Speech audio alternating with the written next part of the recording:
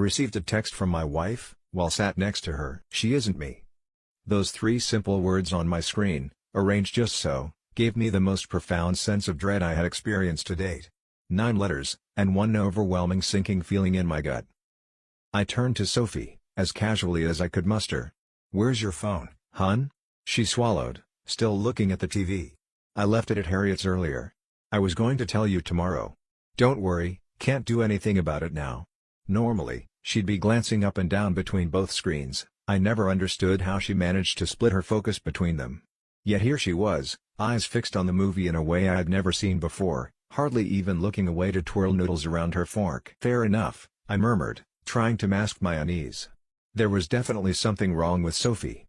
Something felt off. Thinking back, she hadn't looked me in the eye since I came home with dinner. She had simply served up the chow mein and sat in front of the TV to wait for me. Maybe she was frustrated at having left her phone with her friend earlier. She's usually attached to that thing like an IV drip. Maybe she was feeling the withdrawal from her social media feed, but was too embarrassed to admit. Maybe she too was hiding how she felt behind a mask of nonchalance. Maybe. I opened up the message again, checked the sender again to be sure. Sophie Mobile. Okay. It's just a prank, I told myself, half convinced. Just a cruel prank. They both know I have an anxiety disorder, and they're messing with me. Very funny, I wrote out. Give Soph her phone back tomorrow, okay? Lowering my phone, I tilted my head to Sophie and offered a goofy smile, like we often do with each other in quiet or awkward moments. She didn't turn away from the TV.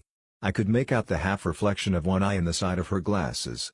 Aside from occasionally chewing a mouthful, she seemed vacant. My phone vibrated and my heart almost leapt out onto my plate of noodles.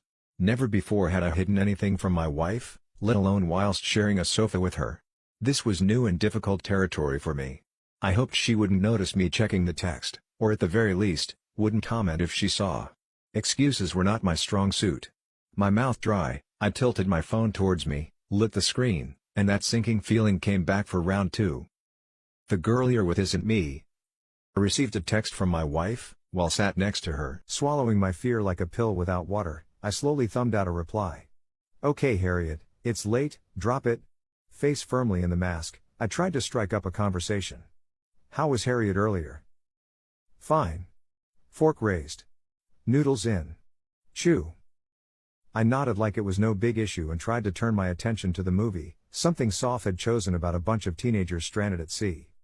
They'd forgotten to lower the ladder before all jumping off their boat for a swim. The realization had just struck them, and fear was starting to take hold. "Bet they're kicking themselves about that ladder," I offered. "Yeah." Another mouthful of noodles. She was definitely avoiding conversation. My pocket gave another subtle buzz. I carefully looked, and wished I hadn't. "Harriet is dead. She killed her. Get out." A chill ran down my spine, strong enough to physically lift me to my feet.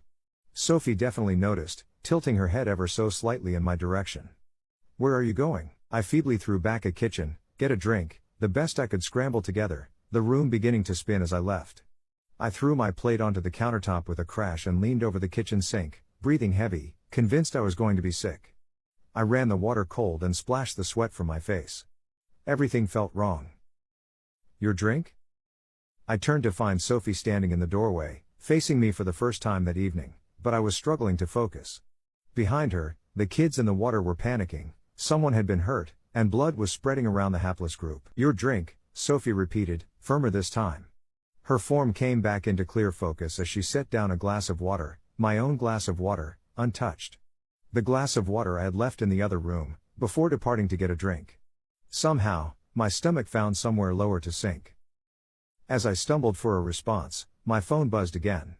My hand instinctively reached for it, and to my dismay Sophie noticed. "Who keeps texting you tonight?" she demanded, her stance rigid, her gaze burning right through me. Words wouldn't come. Emotion caught my eye. The plate of half-eaten chow mein I had set down was shifting, pulsating. Among the noodles were dark worms, subtly squirming and undulating. The nausea returned in a crashing wave as I pictured them inside me, alive and writhing around, not knowing how many I had already consumed. Clutching my gut as if to keep it from churning, I pointed at the plate. "What did you put in the food?" She didn't respond, but stepped closer to the kitchen counter and set the glass down. The water within shimmered unnaturally in the starker light of the kitchen, as if laced with glitter. Her eyes shone through her glasses as she leaned over the counter. Have you had much to drink today? I think you're dehydrated.